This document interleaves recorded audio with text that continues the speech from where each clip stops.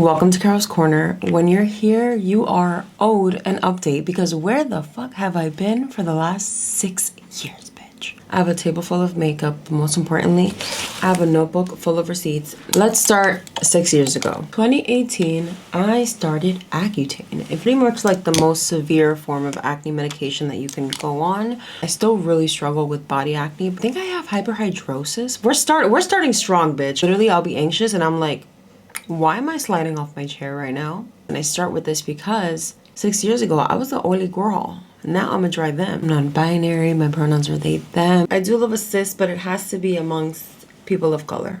That first product I applied was Caudalie Vino Perfect. I recommend this to literally everybody. It is like milk and luminosity for your skin at the same time. I love prepping my skin with it. And typically I've been going in with this Good Light Order of the Eclipse Hyaluronic Cream. But I want to try something new today. Use this as my moisturizer. This is new to me. Wear Screen Cream. So I started Accutane in March of 2018. In June of 2018, I had a really incredible opportunity to go to the Maybelline offices and create some looks with a palette. And that came from me heavily existing on Twitter and always talking about my love for Maybelline. This Screen Cream, very supple.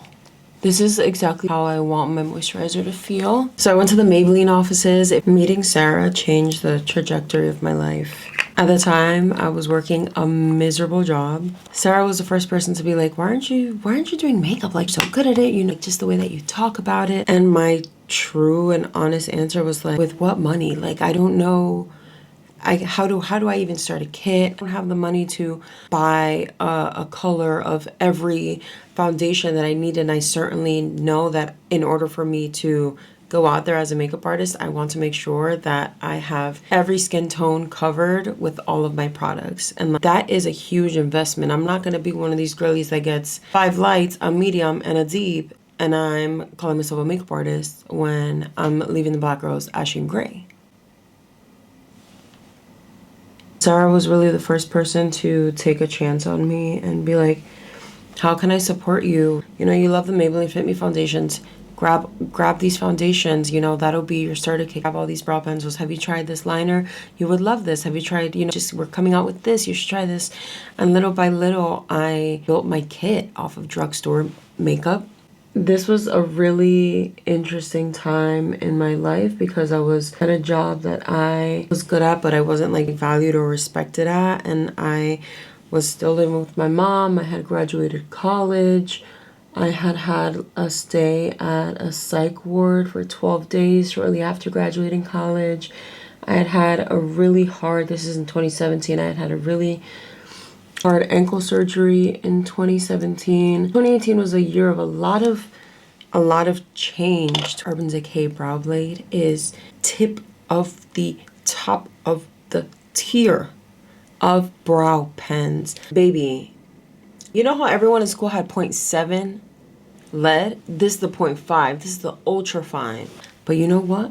I don't know how Miss Maybelline is gonna come to play. Maybe we'll have to do like brow pen showdown. And now with Sarah supporting me and me having an iteration of a kit, I started setting up test shoots and just DMing photographers and models that I was like in love with. I was like, I would love to do your makeup. I have these ideas. And some people said yes.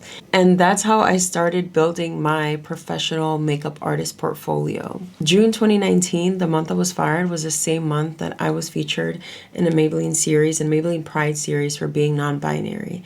And in that series, I met Dominique, gorgeous trans woman artist activist. A couple weeks later, she hit me up, was like, hey, can you do my makeup? I'm just like taking cute shots. My friend has like some vintage fashion. I'm like, girly pop, I don't know nothing about fashion, but I could beat that face to a pulp. We collabed off of the basis of being non-binary, kinship. I'm Thread Beauty, by the way. And then in September, I did hair and makeup for my first fashion week ever. That was an experience. At the end of 2019, I went to the Bahamas with e.l.f. Cosmetics. And it was through entering their Beautyscape competition. It was myself and 24 others. We went to the Bahamas, we competed. That was an experience. My group did not win. The group that did win created the Retro Paradise collection, which I love. Now we are at the beginning of 2020, and we all know what's about to come, but there is a lot left before March 15 hits in New York City. So by the beginning of 2020, I had already worked some jobs with Maybelline. I did a Jessie Reyes music video. I had done like Fashion Week. Like things were really moving, and I was just like looking to collaborate with as many people as possible. You know, the ball was rolling. It wasn't as much about like making money, although moving out of my family home was a huge priority, although something that didn't really seem feasible, especially starting out in such a creative freelance field. I forgot to mention, I worked at Sephora for like 3 months. I got fired from Sephora because I was late like 3 times. Like, baby girl, if it's one thing New York is gonna do, it's gonna be late and blame it on the trains, because sometimes it is the train, sometimes it's me, but sometimes it was the trains, but sometimes I loved working at Sephora. And I think you could tell. Like, if you met me while I was working at Sephora, I probably gave you extremely handcrafted attention. And I probably answered all your questions, recommended things, helped you with technique. Because I was working at the 34th Street location. Shout out my flagship girlies, my 34th Street girlies. We are veterans at this point. In those short months at Sephora, I was really able to cram in because I was learning so much on the job. I was a seasonal hire, so they just bring you in and they're like, bitch, we need hands. We need hands, we need eyes, we need bodies in here, all right? Because this is about to pick up and pick up its it. I was happy to just be there in the mix, color matching people and touching formulations and interacting with product and learning from my other fellow makeup artists. So I was fired from Sephora. I wasn't that upset because at that time, like, I was already getting a good amount of jobs. I would choose that over a 1 or 2 hour, like 3 hour Sephora shift. So I was making those kind of decisions already, where I was just kind of seeing like the long game of it all. And so when the Sephora girlies were like, you're actually not on the schedule anymore, I was like, I get it, love you guys, no bad blood. This is mad pretty. If you are a techie girl, you need to get into humanoid. Where do you see this with makeup? Tap?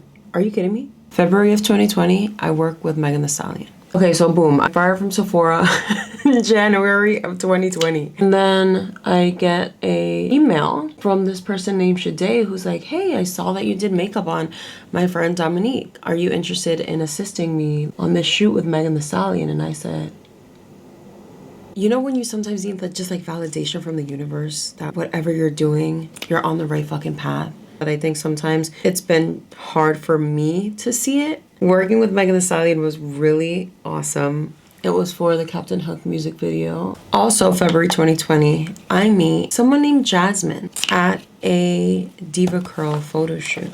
I see somebody get up and they have a red flannel on, and when they get up, I'm like, and I said, I said, the universe said you're gonna work with Megan Thee Stallion so that you could get some inspiration, because I'm about to drop you a stallion. That was the day I met the love of my motherfucking life. Did I mention I'm engaged? Are you kidding me, bitch? Life has been lifing. Like, COVID was one of the hardest times of my fucking life. It's really hard for me to talk about like last like 3-4 years. The way that I see my life now is there was a life before February 2021, and there is a life after that day. And that day was the day that I moved out of my mom's house. I think I'm in the process of actively remembering my childhood and also like really grieving the fact that it's gone. People talk about like generational trauma, I don't know, in a more abstract way. I don't see a lot of people talk about generational trauma and what that feels like day to day. How it feels like a mourning, like a forever mourning. It's a continuous grieving, like a continuous mourning. I just like, how do I go back in history and just like do better for my lineage so that there's less pain, more help, you know, so that there's like better. Okay, Thread Beauty, a no from me. It's not layering too good. You're seeing how it's kind of bunching up and skipping. Let's continue with the story. So 2020, I start really growing my network of brands and partnerships. And then in September of 2020, I reapplied for e.l.f. Beautyscape. And bitch, this time I won. I won along with 2 other talented, beautiful people. As the winner of Beautyscape, you got to create your own makeup collection. I think it really affected the way that I perceived one of my favorite brands ever. If you are a drugstore girly, you and e.l.f. so bond. You're talking about twin flames? Yeah, I don't know no twin flames like a broke girl and her e.l.f. Okay? I think I'm being too precise with this and I just need to smoke it out and shut the fuck up. I grew up as a huge fan of e.l.f. and I think my expectations were very high working with a brand like e.l.f. and having really high expectations of myself in terms of this collaboration. And I think I was just like really let down for a myriad of reasons that I'm not gonna go through. It was just a letdown, you know, like it's like when you meet your favorite celebrity and they're an asshole. It's kind of like when you get a huge chance to work with your favorite brand and then there's no communication for like 6 months. Oh my god. Cover girl. How did it do that? Yo, this is why I don't like trying new shit. Like, what am I gonna do with this? What we needed was right here all along, and it was more of that humanoid.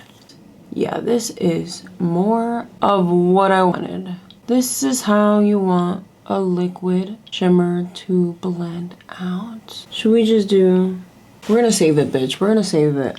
2021 starts out with a bang. It starts out with my mother being like, get the fuck out of my house. And I said, oh, say less. And I left. I have gone no contact / very strict boundaries with a lot of my family members. I'm going through a big journey of just like self-development, healing, processing, like mourning, actively grieving, you know. The products aren't really working well together. My eyes are getting a little irritated and I think I just want to stick to just like talking to y'all. I move out. I move in with 5 roommates. 1 bathroom. Even though it wasn't, you know, ideal, literally at one point fucking sewer pipe burst right next to my room and it smelled literally like the Department of fucking Sanitation for maybe 3 weeks. My little $500 room where I couldn't even open the window because right outside was garbage cans and I would hear the rats like hit themselves against the window. I remember the first night I slept there, I was like, is somebody trying to get in? The rats. Ratatouille. Ratatouille. Store Little. Ratatouille and Store Little. And Maria also. Maria is still alive. For me, it was paradise. For me, it was my first taste of living in a home that was clean.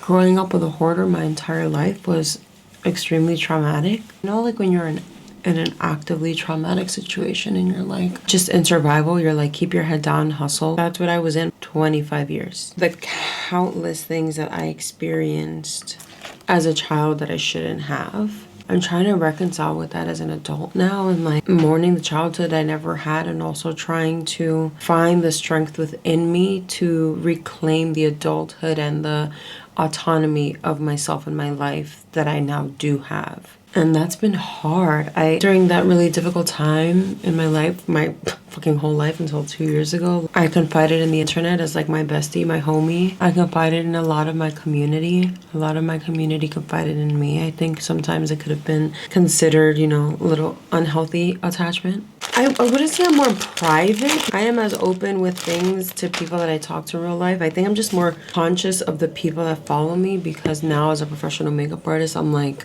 brand founders and CEOs and celebrities and notable figures and authors and my clients and you know I have a lot of people that look to me a certain way, but I'm also trying to get over the fact that I can only present myself in one way. So 6 months after moving in with my roommates, I moved out into my first apartment in May of 2022. Jazz and I moved in together to this apartment. And we've been here for almost 2 years. And then Jazz proposed a couple months later in November of 2022. Being in a relationship is it's a new thing for me. I haven't uploaded a video in 6 years. And for those years, I've been cuffed up. Meeting Jazz the day before quarantine started in New York. And now filing for a marriage license. Oh my gosh, it's really silky. Jazz is gonna love this.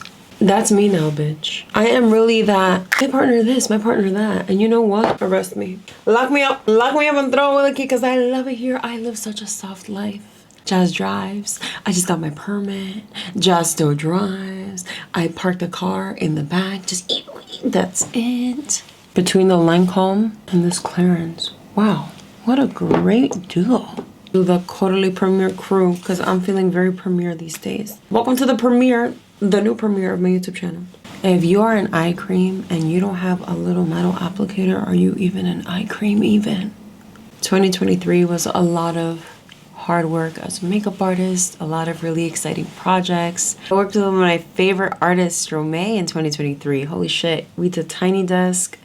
We did Late Night with Stephen Colbert. I did makeup for an AF94 campaign created by Halsey. Worked with Lancome. I spoke at a Gillette Venus panel about being non-binary and how that intersects in the landscape of creating content online. I spoke at a local school in Queens. I spoke to like 5th and 6th graders, some that were non-binary themselves, and they were all kids of color, which was amazing. And then 2024 started with a bang, bitch. Listen, I might be gay and I might not be able to know how to drive, but I was on the Drew Barrymore show. Can I get a round of applause? As a beauty expert. And I put Drew Barrymore onto my contouring tips and tricks. Me and daytime shows, we go together. And that Drew Barrymore show appearance, I was like, oh yeah. Oh yeah. Me and morning shows, I told you I didn't grow up with cable. I grew up with Montel Williams, Tyra Banks, Oprah sometimes, but also, oh, Wendy. How you doing? Very much my era. So to go back to morning TV and have it be Drew Barrymore, after having attended in the audience the year before, it was an amazing full circle moment. It really was. We adopted a new dog. Jazz and I adopted a new dog named Ziggy in August from Georgia. She's our little Georgia peach. She's crazy. She's nuts. I now have a studio. I've never had a workspace outside of my bedroom until now, which is extremely, extremely exciting. And so I really want to take advantage and just reconnect and exist in a way that doesn't have anything to do with social media and an algorithm, TikTok and long form and short form and do a hook within 3 seconds and use a trending sound and da-da-da-da. My brain is rotted, bitch. And I'm not even a scroller, I'm a YouTube watcher. Like, I was a beta YouTube premium girly. YouTube sent me a Google Home, 2 Google Homes, just for being an early adopter of the YouTube Premium. I can't contain myself into 30-second TikToks. The way that I explain makeup and talk about makeup and, educate about makeup, I think deserves a longer format. I'm excited to bring you more of what you want to see in a way that is more comfortable for me. I hope you have a good one. Are you excited? I'm excited. I know that we started without makeup and we're back without makeup, but honestly, ashes to ashes. Am I right, ladies? To the moon. Imagine